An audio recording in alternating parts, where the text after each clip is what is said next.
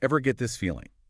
Like you're this close to a major change in your life. Oh, totally, totally. Like you're on the verge of something big. Right. And then I stumbled on this idea, this whole 40-day transformation thing, and it really got me thinking 40 days. Yeah, you see that number everywhere. everywhere. So we're diving into a text today called, you guessed it, 40 Days of Transformation. This week's all about communion. Really struck a chord with me. See, most of the time we fixate on the after, like what does the transformed you even look like?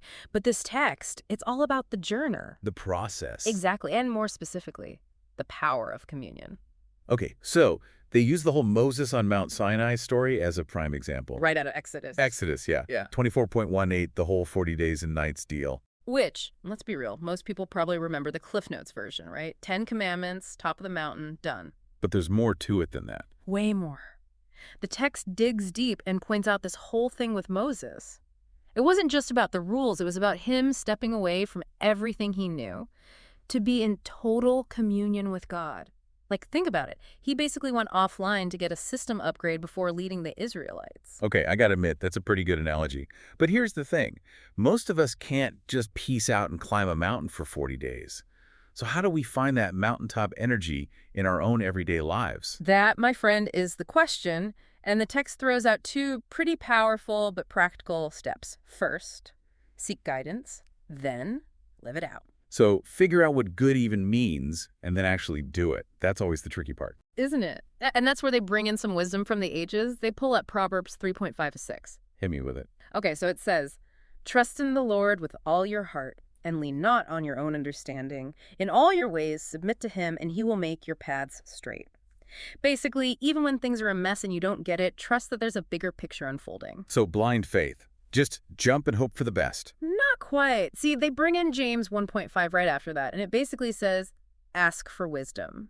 Don't just wait around for a sign, actively seek it out. Through prayer, meditation, taking a walk, journaling, whatever, helps you tap into something bigger than yourself. So even Moses, who chatted with a burning bush, he still had to ask for directions sometimes. Exactly. No matter who you are, what level you're on, everyone needs a little guidance. Asking for it. That's not weakness, that's wisdom.